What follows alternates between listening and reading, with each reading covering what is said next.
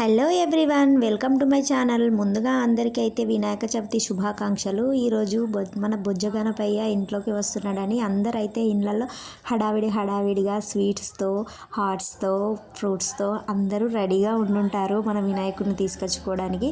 So మా ఇంట్లో కూడా మేమైతే వినాయకుడిని అయితే తీసుకొచ్చుకోలేదు, కానీ పిల్లల్ని డిసప్పాయింట్ చేయకుండా వాళ్ళకు ఏదో ఒక స్వీటు, హాట్, ఫ్రూట్స్ అలా చేయాలని నేనైతే ఫిక్స్ అయిపోయాను.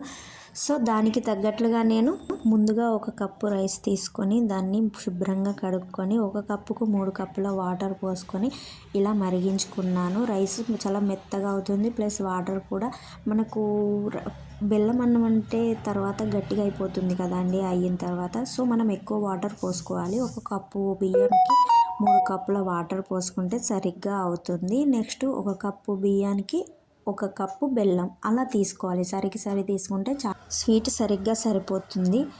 అందుకని రైస్ అనేది మనకు ఒక 90% కంటే ఎక్కువనే ఉడికిన తర్వాత ఇక మొత్తం అన్నం అయిపోయింది అనే టైంకి మనం బెల్లం తీసుకొని అందులో వేసుకొని గరిటెతో తిప్పుకుంటూ ఉండాలి. ఎందుకంటే మొత్తం బెల్లం కరిగిపోవాలి కదండి.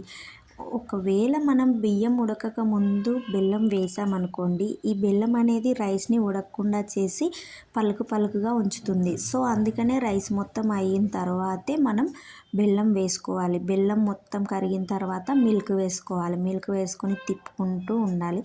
మొత్తం యూనిఫామ్గా అయిపోయిన తర్వాత లాస్ట్లో కొబ్బరి పొడి వేసుకొని ఇంకోసేపు ఉడకనివ్వాలి. అలా మొత్తం మనకు దగ్గరలో మనకు కావాల్సిన కన్సిస్టెన్సీలో బెల్లం రైస్ వచ్చింది అని అనుకుంటే లాస్ట్లో కొంచెం నెయ్యి వేసేసుకొని తీసుకోవడమే. ఇక బొజ్జ గణపయ్య విషయానికి వస్తే మేమైతే ఇప్పుడు హైదరాబాద్లో రెంట్కుంటున్నామండి. ఒక చక్కని మాకు సంబంధించిన ప్రైజ్లో, చాలా తక్కువ ప్రైజ్లో ఏదో కొంచెం ఇల్లు కొనుక్కోవడానికి అయితే ట్రై చేస్తున్నాము. నా ఒపీనియన్ ఏంటి అంటే, రెంట్కు ఉన్న దాంట్లో మనం ఏ ఫంక్షన్ చేసినా మనకు అంతగా బాగోదు అనేసి, నా మ్యారేజ్ అయ్యి ఇప్పుడు ఒక 6 ఇయర్స్ అవుతుంది. అప్పటి నుండి రెంట్కే ఉంటున్నాము. నా స్వతహాగా నేను ఏ పండగ కూడా చేయలేదు, ఒక పురుడులు తప్ప పిల్లలకి. అది కూడా అమ్మ వాళ్ళ ఇంట్లో, అత్తయ్య వాళ్ళ ఇంట్లో జరుపుకున్నాము. మాకు ఊర్లో కూడా సొంత ఇల్లు లేదు, ప్లస్ ఇక్కడ కూడా లేదు.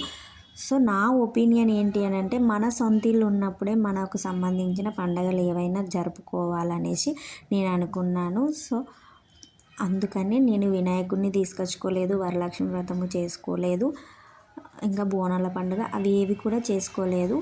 మేమైతే సొంతగా ఇల్లు కొనుక్కోవాలి అని ఫ్రెండ్స్ అందరైతే దీవించండి. అప్పుడే నేనైతే అన్ని పండగలు చేసుకుంటాను, మిమ్మల్ని కూడా ఇన్వైట్ చేస్తాను.